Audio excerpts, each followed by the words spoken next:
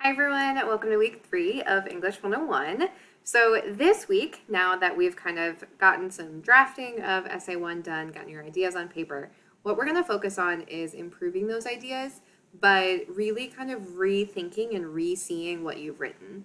So I will say that revision, what we're going to focus on this week, can be some of the hardest pieces, can be the hardest part of the writing process, which is also why we're going to be doing conferences this week so we can meet one-on-one and kind of walk through it together.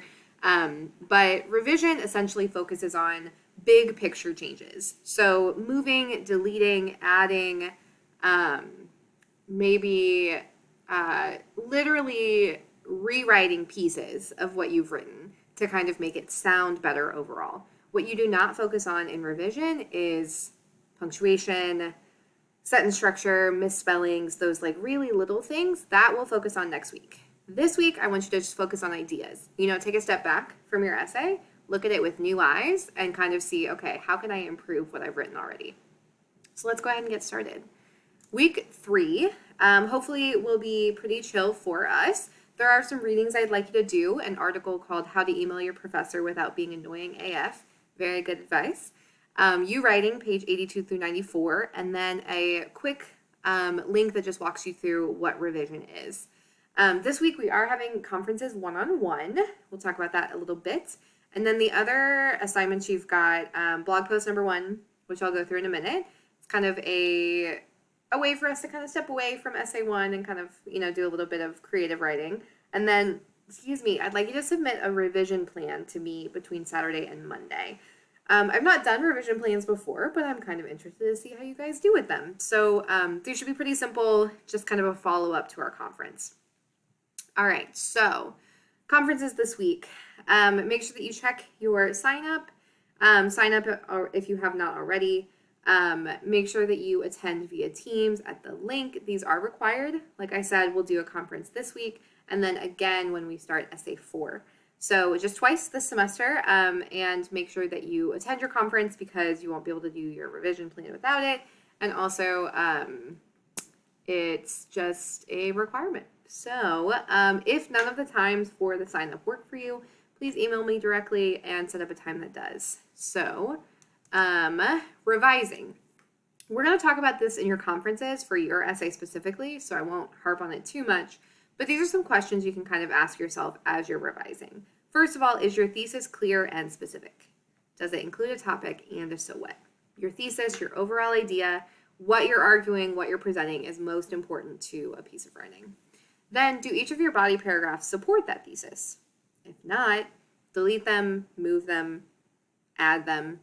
And then the rest of these are about organizing. Are your ideas clearly organized? Do you have enough support? Does each paragraph fully support only one idea? And then think about how you kind of transition from one idea to the next. One of the biggest questions you can also ask yourself when revising is just what's not here? What's missing that I could add? And so these are things that we'll talk about in your conference, but just kind of get you in the mode. These are some questions to ask yourself. A couple tips for revising besides meeting with me. Read your paper out loud. This can be a really good way to hear some of what your brain may not see. Read your paper to someone. Move your paragraphs around and see if this creates a new story. I love to do this with my introduction, and sometimes I will move my introduction to literally be the conclusion. And you'd be surprised how much that can sort of change the flow of your ideas. Look at the feedback I've given you, and will give you during your conference. Look at the assignment sheet again, and then also visit the Success Center. You don't have to visit in person. Since this is an online class, I want to encourage you to use the online writing lab. There is a link to this in our course resources, but also under eStorm and quick links, there is a little button that looks like an owl. And what you can do is literally copy and paste your essay in this window, submit it. The Success Center will have a tutor read your essay and give you feedback, and then they'll send it back to you. It's actually quite amazing. One thing that You Writing talks about this week is slash and burn revising. This is where you literally make changes line by line in your essay. This can be a really good way to kind of give yourself notes on what you'd like to change and where. So I do want to encourage you to make sure you do that You Writing reading and kind of try this if you find yourself getting stuck. All right, the last thing I want to talk about is our blog post. So we don't have a reflection this week, but what we are doing is a blog post. So this is another small, short piece of writing, but I'm hoping it's going to be a little more fun for you guys. So I'm going to get on Brightspace and show you where these live. All right, so under your content, I should probably go in the learner view. Okay, so under our content tab, you can get to the blog post a couple ways. You can go either in our week 3 folder, see the overview, the readings, and then here is blog post 1. You can either go there or under blogs. All right, so the assignment sheet is here. These are a good way to practice your writing and get feedback from other students without fear of being judged.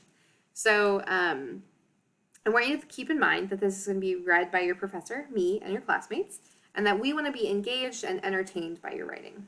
So each blog should be about 500 words and address a different topic. The top blog for each round will receive 5% extra credit to be applied to an assignment. So a little extra incentive here. So if you click on this blog post number 1, this is where you're going to post. It's going to look similar to the reflections, but just keep in mind it's a different assignment. There is a blog post topics list. If you open this up, make sure that you scroll down. There are tons of options here. There's 5 pages. So I know a lot of people will open this up and be like, oh, that's all I get to do. No. There's lots of options, kind of ranging from experiences, about you, places you've been. There's lots of options here. So you want to choose a topic. Make sure you title your blog with the prompt you've chosen, like here, number 10, the best advice. And then you want to write and post your blog in this space. When I click on this blog post 1, there is a example that I've posted. This is shared with permission by a previous student. They did prompt number 21, write a letter to someone you're angry at. And so this is what their blog post looks like. Keep in mind you can add pictures, you can use headings, you can, kind of get creative with the way that your blog looks. But keep in mind that you want to both engage and persuade us to love your writing. So the way that we're going to sort of give feedback to each other is by rating the blogs. Once you've posted yours, you'll be able to see other people's blogs. And at the end of the week, what I'm going to ask you guys to do is go ahead and give 2 blogs 5 stars. So choose 2 that you're like, man, this is really good. And you're going to give that 5 stars. Yes, you can vote for yourself, but I do encourage you to vote for other people. That's why I'm having you pick 2.